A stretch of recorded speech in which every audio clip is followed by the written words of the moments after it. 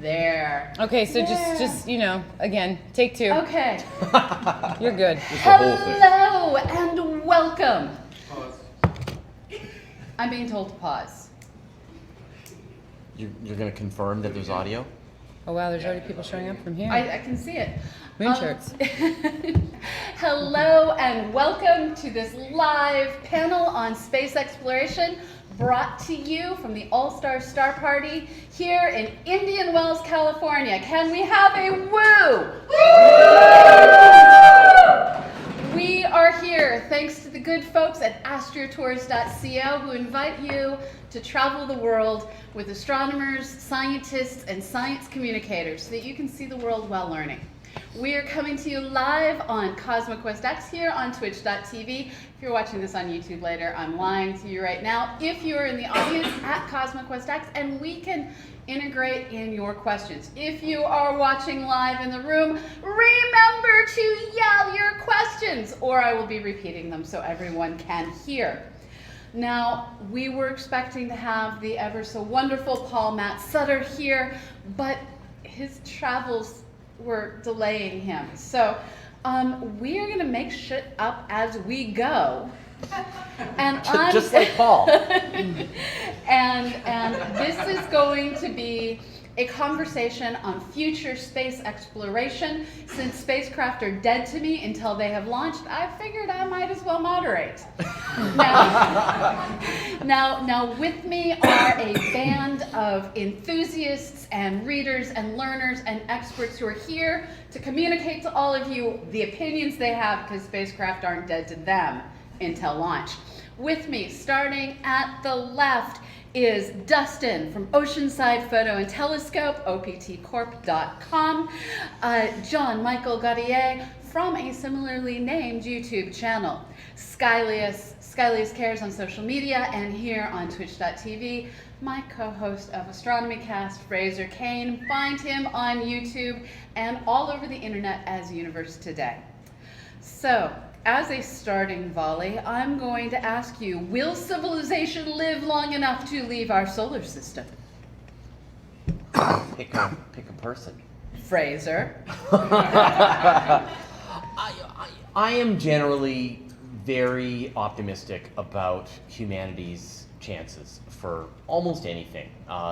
We have all kinds of problems, but if you look at all of the problems that have faced humanity in the past, poverty, infant mortality, levels of education, gross domestic product. There's so many problems that, in fact, if you look at them today, deaths from war, terrorism, everything is on the up and up. Now, sure, we have some problems like climate change and other issues like that, but it seems like human ingenuity will figure out solutions to these problems.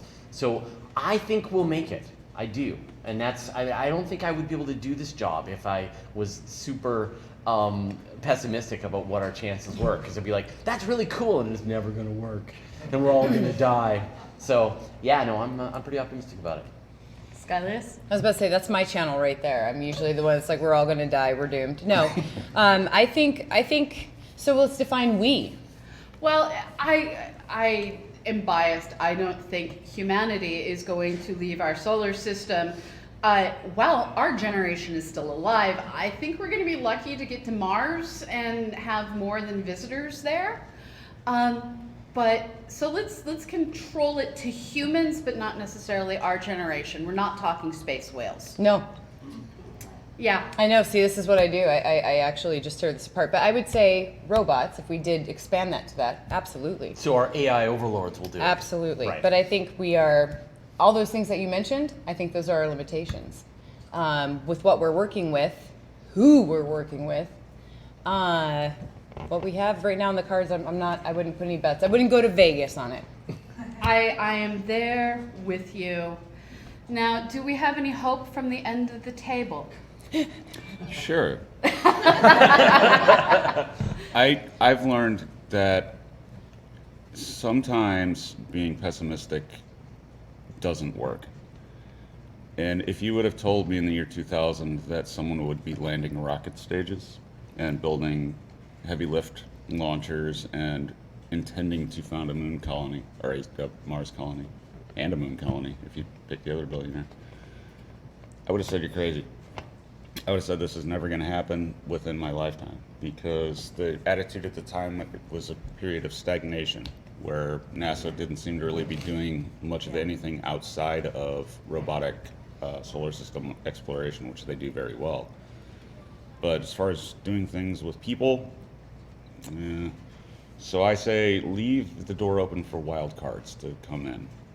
And one of those might be something like Breakthrough Starshot, where we just might be able to get a glimpse of another star system, albeit the closest one, within our lifetime. But at the same time, don't expect it. Okay, what about you, Dustin? So I'm most impressed right now that Sky and Fraser both had optimistic answers. I don't think that I've seen that ever on a single topic. Nope. You know, but I think it's been a mistake throughout all of human history for us to doubt that something we intended to do was possible. Right now, we're sitting in this room together, and this 100 years ago was everything we're doing right now was impossible and never could have been considered. If people want to go, they're going to go. And I think that if you look at everything that's happening right now, I mean, people are saying this is the golden age of space exploration, right? Yeah. It is. It absolutely is.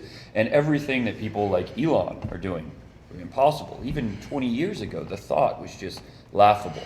So doubting it, I think, would be just as much a mistake as doubting, you know, a few hundred years ago that people would be flying over the oceans. And now we do it for vacations and for fun. So will we go? Absolutely. Wherever we intend to. So let's imagine that we were to be burying a time capsule of goodies that would be opened in the year of your choosing to celebrate doing this thing. So we're placing a bet for future generations. When do you think we would be able to leave our solar system with humans or robots? We'll go with or robots. John? Well, I would say it depends on how motivated we are and who's doing it. Because if a billionaire shows up and says, I'm going to build a generational asteroid, hollow out the asteroid and send a group of people to Alpha Centauri, the idea for that could happen tomorrow, and it may take 20 years to realize it, but it is possible marginally within the technology we have right now. So it really takes thinking from private entrepreneurs in space to get things done now. Government, it'll be centuries. Yeah. So I think with these, like I said, these black swan events with these billionaires coming out and saying, I'm going to spend all my money on doing something amazing and push forward the frontiers of the human species. Who knows what this is going to look like in 5 years? Because I expect more Elon Musk's and Jeff Bezos's.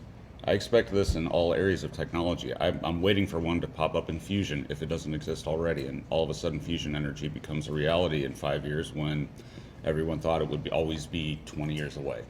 So I'm optimistic on this because there are Thomas Edisons now that are really pushing the frontier. And this really didn't happen much in the 90s and 2000s, but now we have them, and it's like, what can they do? And I don't really have an answer for what their limit is. I mean, what's your limit when you have $4 billion? So the megacorps are the way out of our Start solar the system. startup megacorps, because then eventually I think they'll stagnate, and they That become is economic theory, yeah, yes. yes. So that, but as long as the founder is in charge of the company, as Bezos and Musk are, that's when things will get done. But after they're gone, it'll just turn into a regular company, and there'll be, shareholder meetings and launches and stuff like that. So Dustin, I see you shaking your head you're in the background. Oh, What are yeah. you thinking? I shouldn't have sat next to him because I found this weekend I agree with everything. he Yeah, says, yeah. Right? But I think it's the path of least resistance, what you're saying. I think it's definitely the likeliest of ways for it to happen. But it's not the only way. I think that humans are very good at unifying over instances. And so I think what we need is a reason to run towards something or a reason to run away from something. So if something bad happens that says we got to get the hell out of here now, we'll do it. We'll find a way. As a species, we will find a way. Right now, though, I think what happens is that it's on the forefront of our minds, obviously, but I don't think it's on the forefront of everybody's minds. And so right now it kind of feels like being on a treadmill, I think, like just space and adventuring in space. I don't think that everyone sees the purpose. And so if we have these, whether it's positive or negative, these unifying instances, I believe that this can happen very, very quickly with or without support of major corporations. Like you said, we have Edisons everywhere, you know, and now with the information that's available from a cell phone, I mean, look at the information you can get from these four, you know, off your cell phone at any time. I think that changes things drastically and speeds up the timeline, you know, exponentially. Now, Daddy Cupcakes is asking, do you think there's a hidden solution to the tyranny of the rocket equation that will allow us to escape the limits of mass versus velocity that we're currently facing that make this such a hard sell, because you're looking at cursing your children with getting to the stars? Fraser? Yeah, I mean, the rocket equation makes it really difficult to get payloads off of planet Earth. But once you're out in space, once you finally escape this awful gravity well, then you're working in microgravity. You said, you know, if we can crack self-replicating robot probes, 3D printers, like these technologies are all just around the corner. We're now just decades away from this kind of technology. Then you send one robot to space and it starts dismantling asteroids and turning them into interstellar spacecraft or rotating space habitats or whatever. So it's about building that next set of tools that really unlocks the possibility of what we're going to do. And then the tyranny of the rocket equation is irrelevant because you're already out in space, you've already escaped Earth, you've got a whole network of these von Neumann probes that you're building out in space that don't care about, you know, they don't remember having to leave Earth's gravity. So I really actually think that this time that we're in, where we're concerned about launching payloads off of Earth, is very short term. We're going to get to a point probably like soon, like maybe within the next half century, where the only thing that we launch off of Earth is people. That everything else is already out in space. We're dismantling the asteroids. We've got farms out in space. We've got factories that produce telephones and all of the devices that we require both down here on Earth and out in space. And the only time we want to leave, the only rockets fly are the ones that'll have people. So I actually am not super concerned about that at all. The flight between stars is far, and that's going to require other technologies to come along. But Now, Sky, you have a fabulous nerd child. Yes. And I know climate change is something that you and I both worry about a lot. Yes. If you found out that your nerd child was planning to leave our planet to find a place that her carbon footprint would not be on Earth, I'd be all for it. All for it. and how do you Start the fun now. Okay. Now, as we look to the future with climate change, do you think it necessitates this kind of escape? I absolutely do, but however, I think that it's still such a political issue, which anybody in astronomy that can separate those two things, it's not a political issue. And this is a human, this is an Earth issue. That's what I hope that starts to come about with these new generations. Something that she talks about is she knows very much about how to be kind to our planet and how precious it is. So, I mean, I'm all about it. I hope it doesn't come to that. That was one of the decisions, you know, with even having a child. Right. Is knowing these things and the way things are going. But I think absolutely this is one of those pivotal moments. I'm hoping actually with the younger generations that they don't have this political, you know, weight on them. I think that this kind of been pushed in over the last few generations, and I hope that escapes and they're free of that so that they can actually start taking action. I mean, I encourage everybody to do it now, but yeah, I think it definitely doesn't. Yeah, this is a thing that's super important. And it brings up a really important point. We are one planet sharing one sky, but right now we're not one people, and not necessarily by choice. When we read science fiction and watch movies like Independence Day, it's the whole planet coming together to battle the evil guy that allows us to succeed. It's the whole planet coming together to build the machine in contact that allows Jodie Foster to go through the wormhole, which is bad. Don't do that. Is it going to take climate change to bring us all together? Or is there a better answer? I have silenced You have to all say a of name. them. Well, no, you no. I have to mean, ask it is. I'm waiting Again, for this is someone Jeopardy. to not avert their eyes. All right. Dustin, I'm gonna go to Either that or Dustin. we're all Look, going look, to talk I'll- over each other. Yeah. I'll Go, start a fight Dustin. with Fraser over this. Go Yeah. for it. Right now. But no, these are those unifying instances I'm talking about. Look, we're in the middle of the desert right now here in Palm Springs, right? I've changed shirts 3 times today. It's so hot. Yeah. It's a It's so nightmare. hot. I'm sweating through my shirt right now.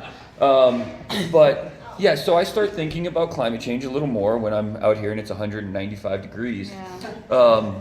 But no, I mean, seriously though, the idea of the planet getting hotter and causing the massive levels of devastation that it will if it gets out of control. And then, I mean, even just, we're outside looking at Venus through the telescope and you see these runaway greenhouse effects and what they can cause. And I mean, it is a massive problem. And that's one that I think, even though it is a political issue, and you're right, I do think it's something that people can understand, where everybody's seeing, across the entire country, Yeah. seeing the weather change, seeing these things and feeling it. And so when it becomes part of your day-to-day experience, that's when it starts to make sense for everybody that something needs to be done.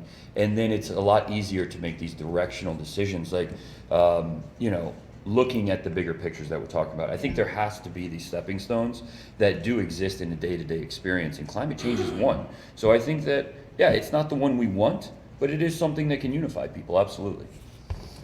Nothing unifies the human species like a good, massive calamity. Yes. And This is true. Yeah. This is And very true. If you and it can be on both sides, because look at World War II. You had one group and the other group, and one group had to be stopped.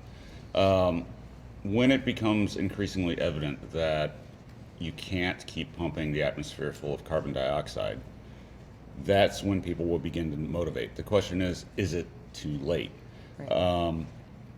There are options which are very unsavory, such as putting up a sunshade into orbit and blocking 1% of the sun's light and dropping Earth's temperature. Yeah. Because of these possibilities, or increase the albedo of Earth by creating clouds, more clouds. But what's that do for hurricanes and weather patterns and things? Right. These are very unsavory options that we could go to if we really had to, which is why I don't think it's an immediate extinction event for us. It is an immediate extinction event for everything else living on the planet. But for us, I think we'll survive, but we would end up with a technological planet.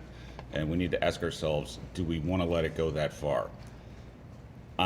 My biggest fear is that because of the politicization of science in this case, never let science go into the political arena and let everybody polarize on their opinions and everything else, because that colors the issue. The fact is, it's occurring, and the science is well there, and now is the time to act on it. So my fear is that we won't act quick enough and we'll have to pull a technological option, and at that point we live on Borg planet because it's a cyborg. And there's so much lack of understanding of science, and this is something you fight tooth and nail. Right, because the people need to understand the difference between global warming and climate change. Those are different things. And also, I mean, I believe we're actually killing a certain type of cloud. So we talk about, making clouds to give us that albedo. We're actually taking those away, these very important clouds. Replacing them with artificial clouds. And yeah, these are things when people are not aware of what the difference between climate change and global warming. When you're looking at a trend, being able to discern those things are super important, because you can run into something, global warming's fake. Mm-hmm. What do you think about climate change? Isn't that the same thing? No, it's not. And I again, that's the politics of it. That's Yeah. where the politics have worked their way in. Those are used in speeches interchangeably as if though they're the same thing. People get, misguided on several topics regarding this, and we're left to kind of do the cleanup, which I am more than happy to. But, you know, that the onus kind of goes to the science communicators and the scientists. If there was any one concept that you never had to taught again because everyone knew it, what concept would you want that to be? That'd be it. Yeah. That would be Hands it. down. Hands down. Fraser.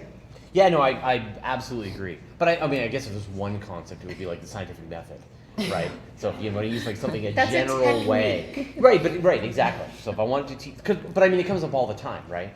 Where people will say things and yet you could just teach them. If I could, like, here's how the scientific method works, then we could answer their question.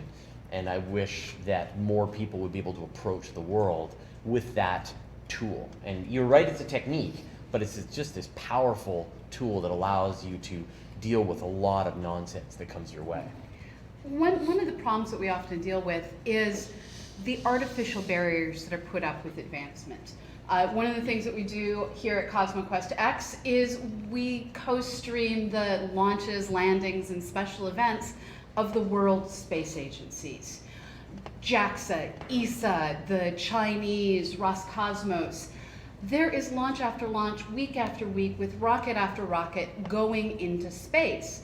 And one of the things that we're looking at right now is you have most of the world working together over here. Europe and Roscosmos are partnered a lot because they don't trust NASA to actually finish the things we've partnered on because Congress. And then China is over there because of ITAR regulations. And so we have these silos of information that are silos because of the political boundaries, the lack of trust, and governmental boundaries. Will we be able to get that interplanetary friendly competition or angry competition while these issues are still in place, such that we can go from where we are today to seeing space travel being the heyday of TWA versus United? Dustin, I'm going to go to you because you deal with international stuff more than I think any of us. Sure. Yeah. Thanks for throwing the hard ones at me. I'm sorry. And honestly, I'm still a little bit stuck right now. I'm starting to question everything I just said. The second Sky just brought up the fact, I didn't know this, that we were losing certain types of clouds. I mean, Yeah. I'm an astronomer first, right? I'm thinking, are we really getting rid of the clouds? Yeah. Maybe I'm more supportive of climate change. We're Maybe I'm getting on the more wrong side of cirrus. this. Yeah. The shit we don't want, those high cirrus twisty bits Yeah. that make us miserable, those are coming in bulk. Yep. Yeah. I'm gonna have to think about it and get back to you on how I feel about that. I'm reconsidering my answers. Yeah. After but- you destroy the moon, Yeah. take out the After cloud. that, Yeah, we After- get rid of the moon and the clouds at Yeah. the same time. Yeah. I'm okay with the Yeah, or the repercussions. Right. Yeah. I'm okay with that. Yeah. But no, I'm sorry. What's the question? So basically, are we better off with siloed competition, or are we better off with an open playing field and it being more of the days of TWA versus United? I think open competition is always a better thing, Oh, yeah. right? I mean, you find that the limiting factor it all becomes political if you don't have that competition. Right. If you have the competition, what's driving it is everybody trying to do the next big thing, and you push each other. Everyone, and the more people you get involved, you see the faster it goes. So I'm all for it. As much competition as possible, get it in there. And a lowering of international barriers and an increase of, let's get Jeff Bezos and Elon Musk duking it out to carry us all to the International Space Station, but only one or two at a time because it's small. Now, when we start talking about interplanetary travel and the future of space exploration, the rate at which we get from point A to point B is really a deterring factor. I know it is for me. The idea of the 6-month journey to Mars, I go a little stir crazy after 12 hours in a car. What is it going to take to be that person or be those people in a tin can on the way to Mars? Good mental health checks. I would say, I mean, that madness. is something that I do worry about, Yeah. just being in isolation, even though you have other people. But we have people that go up on the ISS for, we just had some return, right, for over a 200-day mission. So I think I worry about, well, maybe I've watched too much sci-fi. I probably watched too much sci-fi. I'm not answering this I question. don't I'm think done. you've talked to enough astronauts. Yeah. Because if you talk to astronauts, you can just sense that they are cut from a completely different cloth. They are mentally strong and amazing team players and very, very nice and easy to get along with. And you can just tell they've got this resiliency to be able to handle these kinds of missions. They're the best of the best. So I don't think finding the kinds of people that can handle those kinds of missions is an impossible task. No. You would have a lineup yeah. of the greatest human beings ever ready to sacrifice their lives to do an accomplishment like going to Mars or going to, and they'll get along beautifully for the entire trip, and they'll do their job to their utmost ability, and they will try to be as safe as they can, and if they die, they knew They're it was okay. worth it. So, Right. and I'm not one of them, and so I don't worry that humanity doesn't have those kinds of people at the ready. We absolutely do. And when he says the greatest human beings, he's talking about the kindest, nicest, hardest working. Yeah. Don Pettit comes Yeah, to mind. Don Pettit. He's like Chris- the sweetest human being in the world. And he's Yeah. going to walk on the moon probably, right? Yeah. Yeah, and Chris Hadfield, like all these people, they are definitely, you can see why they're astronauts. So I'm not worried. Michael. People say that if Elon Musk founds a Mars colony, nobody's going to want to live there. But this neglects something.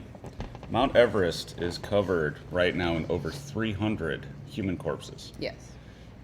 Wait, There what? are Mount Everest. Mount Everest. I Yes. heard Mars was Yeah, They- I Mars was has very 300 corpses, confused. yeah. Those corpses paid thousands upon thousands of dollars in order to be there. Their idea of existence was trying to conquer that mountain. Even though it had been conquered by Sir Edmund Hillary decades before, they still go in droves to climb Mount Everest, even at the risk, a very high risk, of death. There is a certain type of person among us that thinks so radically differently about human existence that they will go to Mars, and they will pay to do it, and there will be a Mars colony. And there will be a lot of deaths, and there will be a lot of dangers, but we already have that with Mount Everest, or going to the bottom of the Marianas Trench, which I don't think anybody's died on that one yet, but if you make it a tourist I don't destination, think they you will. can get there yet. Yeah, yeah. Well, there's a couple of it. Yeah, James Yeah, Cameron that's- did. yeah. As a human or as a robot? As a As a human. human, yeah. Yeah. Okay, I stand corrected. Actually, it happened. I think the French were the first to do it back in the '60s to get down that far. But they had to. I mean, these submarines are not not near typical submarine. So people will do it. It's just that most of us won't. Yeah. But a certain percentage will, and I'm going to be in the percentage that doesn't. Yeah. Same. I actually have no interest in even going to orbit. No.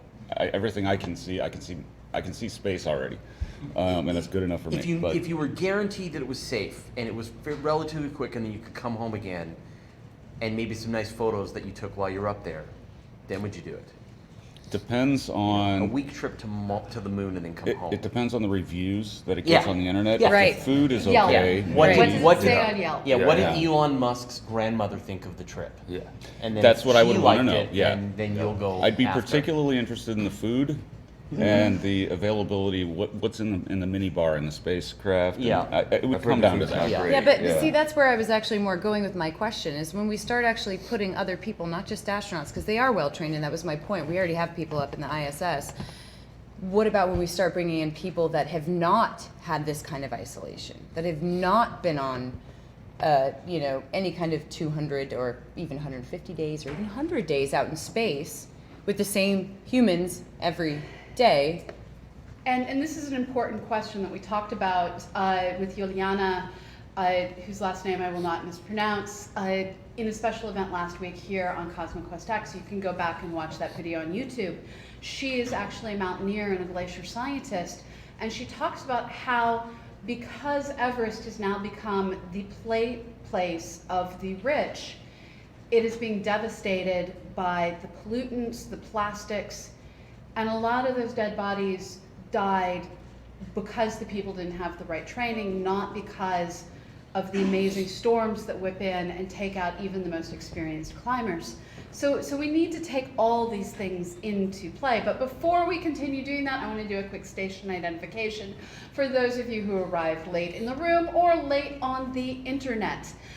You are watching a live panel discussion From Indian Wells, California, where we are all here with astrotours.co to help people explore the world while they fill their heads with information. I am Dr. Pamela Gay. Next to me is Fraser, Cain of Universe Today, Skylias Cares, depending on where you look on the internet. She is another Twitch person who you should know. John Michael Godier, who is big on YouTube. And at the end of the table, we have Dustin from Oceanside Photo and Telescope, who you may know from the Space Junk podcast YouTube series. I'm not sure what the right noun is today. If you have any questions, please don't be afraid to flag me down if you're in the room, at me if you are in the chat. Yes, we have a question. Ron from Tucson, and back to Sky's comment. I take you back a number of decades to Biosphere 2, and how well that didn't work out. Right. So, I mean, these are the things that I am concerned about. When we start talking about having people like myself, where you can stand 12 hours in a car. That was your what you can actually have. That's your limit. I think about like 2 hours, and I'm like, that's my limit. I do worry a lot about how that will go in terms of just when we start bringing people there. They might pay a lot of money, they might be super enthusiastic, but we just recently had an Everest thing. I believe it was a lot of people ended up dying because there was too many people, right? Does anybody remember this? Yeah, there's like a too big many lineup. climbers, yeah. Right, there's so many factors like this where there's so many ways this can go wrong. And I want people, when we talk about Mars, and I talk about it quite a bit, and we even have Mars emotes, and we make jokes about it a lot, because space isn't friendly. No. You know, we can even try to do these things here. We can even try to replicate things that we would experience out there. But you really, when you're there, every astronaut will tell you the moment that they could actually look at our planet and what that meant to them. And as much as I would love to have that experience, there's a reason that they're there, you know? And so when we start to think about, colonizing Mars, as I said when Fraser wasn't here, lava tubes, lava, and You're all gonna say it that way. Well. Just you It's wait. all in your head now. Sometimes you make mistakes and you get it out. Lava tubes. Yeah, I just fear that. I think for especially for more of the norm, people that don't have experience with astronaut training and things such as that, we have to be very open and honest about these things. Like you said, expect death. I think that whole Biosphere 2 thing, like you have in your mind a story about what happened in Biosphere 2, right? Ooh. I do, yes. I happen to be living there at the time. When it happened. So if you read some of the stories of the people who were actually in it, there's a great essay that came from one of the people who was in it, and what the story was that happened is probably not what happened. That the kinds of politics and sort of madness that has been described about it was blown way out of proportion, right? And then in fact, they got along very well. They did some amazing discoveries in how to sustain an ecosystem in a closed environment. And it ended up being the mistake that they made was that the cement wasn't fully cured, and it was releasing carbon dioxide, and it created an environment that they couldn't sustain. Biosphere 2 is the perfect example of the kind of technology that we need to master. They should crack that open again. They should keep that running year after year after year, and just keep trying to fine tune it and learn all these mistakes. That's the kind of stuff that we need to master here on Earth today. If we do want to go to space and do want to live in places like Mars, we don't know how to create an environment and supply all the things that will be required when you are 9 months, 12 months away from a recovery, a rescue mission. So I actually think Biosphere 2, for example, is one of the most important experiments that should be running non-stop. I agree I'm with that. amazed that it's not continuing to go. Yeah, I You agree. just mentioned ISS astronaut Don Pettit, right? Yeah. So I was at dinner with Don about a month ago, and I asked him this exact question, because it seems like the piece, like, are people going to go crazy in space? Like that's the thing, and it didn't at all seem to be what he was concerned about. No. It didn't. What he was concerned about were the biomedical issues that currently there's just absolutely no understanding for, and this is still within the protection of the magnetosphere. And he's saying, you know, like right now there's blindness in men, or there looks like there will be blindness in men, but only in one eye, and it doesn't happen to women. There's no understanding for why this happens. Always the same eye, right? Only men. And this is on the ISS for extended periods of time. So what happens when you get outside that protection? And this is where it's so important to remember that human beings come in very many different varieties, which includes many varieties of mental health. There are those who would go crazy living on a farm for 50 years, and those who would go crazy flying from coast to coast every week. But there are folks that want to do both of those things. And so the people who, well, are cut out to live in space, hopefully they're the ones who are going to get there. Now, moving aside from the human issues for just a moment, and probably staying away from them because there's so much technology to discuss. Daddy Cupcakes is asking, so let's say we've got the ability to get past low Earth orbit.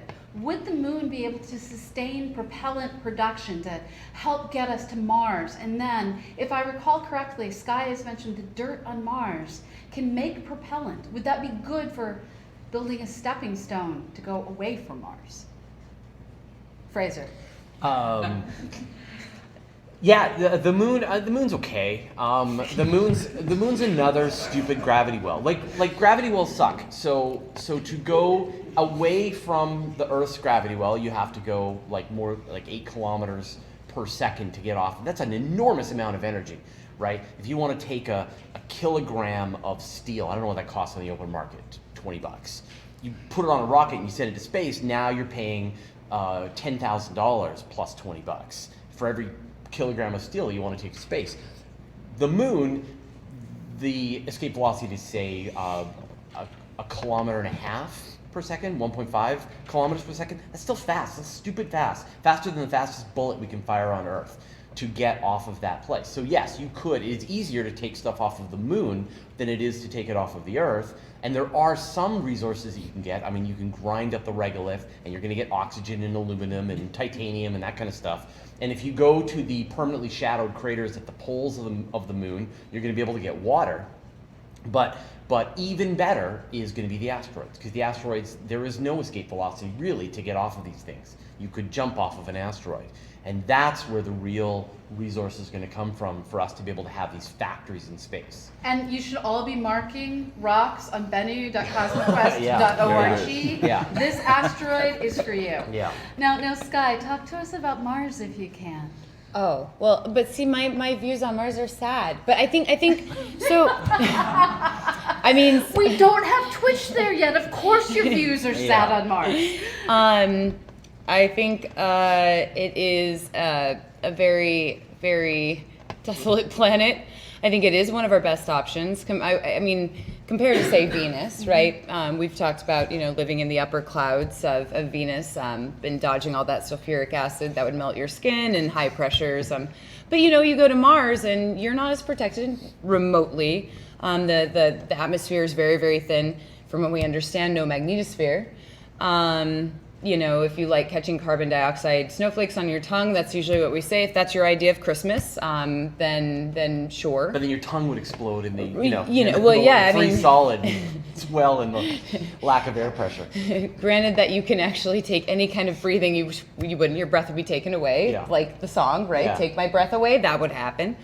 And, the soil is toxic. Which can be cleaned. We have that kind of toxicity in our soil here, I believe, in some portions of Texas. I mean, we can find that here. So that's not a huge thing. But again, it's that radiation. It is a very cold climate, colder than Antarctica. So it's a cool planet. Literally. It's a cool planet. I would love to see people, I want us to go to other planets. We need to learn to adapt on some level. And I would like to push that barrier, but it might be in these lava tubes. It might be something where you have to go underground. As far as life goes, I think, everybody's been talking about that, but. We need to become the mole humans of Mars. Yeah. Right. Now, Is that gonna make us look weird? I'm okay with that. Okay. So you're a science fiction writer, Michael. Yes, and I'm going to go crap crazy with this. Okay, go for it. Imagine you are an alien civilization. Imagine more loudly, please. Imagine you're an alien civilization 10 light years away, and you're an alien astronomer, and you're looking at our solar system, and you see this beautiful world within the habitable zone, and you realize that there's a biosphere there. You see a vegetative red edge or whatever. And then over time, you see a second planet in that system go from being a dry desert to a water world. Then you would know within that solar system, there's a civilization that's terraforming a world. Mars is going to take a very long time to turn into another Earth, a second home. But it will happen so long as the human species continues to pay attention to Mars. Now I'm talking thousands of years in the future. This is the first step, and it's going to be a tough first step because, as everybody has noted, Mars is a terrible, terrible place compared to this world. But it doesn't have to be. It can be something else. And it's going to be a terrible place for a long time, but I think as long as there are visionary people willing to climb Mount Everest, there will be visionary people willing to populate Mars and work out all of the many thousands of kinks that are present in that problem, most of which we don't yet know about. Yeah. So I think that Mars is going to be a tough nut to crack, but I bet we do it. And I think we should. In a lot of science fiction novels, they have this double approach, and Kim Stanley Robinson is one of the ones who've done this best, where they talk about the colonizing of other worlds, the hollowing out and spinning up of asteroids. We also see this in the Expanse series. The books are better. And then there's that one group that is like, and we are leaving. And they almost always have terrible, terrible problems because it's books and you wouldn't read them if they didn't have terrible problems. Is it going to require that step of settling all throughout our solar system before we make the leap to another solar system? Or do you think that those are going to happen together? Well, I think it's going to be multi-pronged. As soon as we can leave the solar system as a manned mission, somebody's going to do it. And that will happen coincidentally as we're settling out in the solar system. But I also think that settling the solar system will always be limited until we can terraform. Because until we evolved on this planet and under these very specific conditions. So for us to be comfortable, we have to take these conditions with us. Right. This biosphere that we're in is what's really going to colonize the solar system. It's Earth's biosphere, not the humans. We're just part of it. Sky. Well, no, I mean, these are the things I talk about, and I get really scared because obviously this can seem very insensitive, but I want to talk about it more pragmatically and from, I mean, do we even know how a human would develop in utero with 33% the surface gravity of Earth? And this is where you want to talk colonization? We need to talk about this. We need to talk about, we know that if you're operating in lower gravity, our bone maintains its mass by the muscle pulling on it. When you pick heavy things up and you put them back down again, you are actually telling that muscle to make that bone sustain itself. The muscle is pulling on that bone. And if you don't have that calcium can start to actually liquefy and go into your bloodstream, and calcium in your bloodstream is toxic. These are the things people just don't think about. We get carried away with the idea of Mars, and it sounds like it's a spa vacation. Well, not really. Okay, I don't think anybody's actually ever said that. But I want to start having these kind of conversations, and understandably, this because it might not work out. We might find it's very difficult to produce us in a lower gravity situation. Sure, you can go and create artificial gravity. We can do that. You've seen it, gravitrons and I mean, hey, we can do it. No, I mean, this is you can do this, but You can spin things. right. How does this affect amniotic fluid? How does this affect? There's so much balance in just having a child, and you learn this once you have one, how crazy it is. And if you've been around and experienced it as well, these are the kind of conversations that they're so sensitive, and rightfully so, but they're so sensitive, and that's what worries me. As Skin it doesn't should. work right in space. This is the most disturbing thing I've ever read about is various reproduction experiments they've done on the ISS. You tend to sometimes end up with not babies that have no skin, thus the not part. Right. Fraser, you were about to say something before I Well- discuss that. Oh, ick. But I mean, back to the, I mean, they climbed Mount Everest, almost a century ago, or however, 50 years ago, 6 years ago, and there was a bunch of challenges that needed to be overcome. And the only way that we overcome challenges is by running against them. I think my greatest example is as the Soviets tried to land a spacecraft on the surface of Venus. And the way they did it was by sending spacecraft to Venus, watched how they died, and then sent a tougher spacecraft that dealt with the downsides of what happened. And I think that, we don't want to watch anybody die, but we will encounter these challenges one at a time as we push our the boundaries out as we move out into space, and we will learn these things. How do you make toilets work in space? How do you make water be able to move in have a water cycle where you can make sure that you're able to recycle all the water that you're doing? How do you grow food in space, enough food to provide enough calories for the astronauts to be able to survive? How do you deal with these gravity problems? Are the people on Mars going to have to go and get into gravitrons for 3 hours every day, right? Like maybe that's the solution. We don't know, right? We don't So know. each one of these, but I feel very confident that we will solve each one of these problems one at a time as we move through these problems. Dustin? Yeah, that's what humans do, right? That's what makes us human. I think that, yeah, of course it's going to be challenging. I love the idea of terraforming planets, not because I think it's the answer to solving Earth's problems. It's not. We're talking about it's difficult to terraform a planet. Of course it is, right? But what often happens is people are like, well, we're destroying this planet, so we have Mars as a backup. I don't think that makes a lot of sense. It's a lot easier to change behavior than it is to change a planet. Yeah. But I think that, when you're looking at whether or not we should do it, of course we should. It's people should keep climbing Everest. People should keep doing the hard thing. It's the reason we went to the moon. Well, among others, but it's the reason we said we went to the moon, right? And I think we should pursue things as the challenge they are. And the harder thing we can find, the more we should pursue it. And yeah, if we can terraform every planet, let's do it. Let's do it because that's what we do. And you don't have to do it just because it's the next evolutionary step or it's protection. Most of the things that I would argue are the best things humans do have absolutely no reason to do them for survival. Like, how does the Mona Lisa help us as humans survive? How does music? How does any of that? How does humor? How does any of that keep us alive? But it's all the things that make us human. We should absolutely terraform everything. I'm not sure we should terraform Bennu. Oh.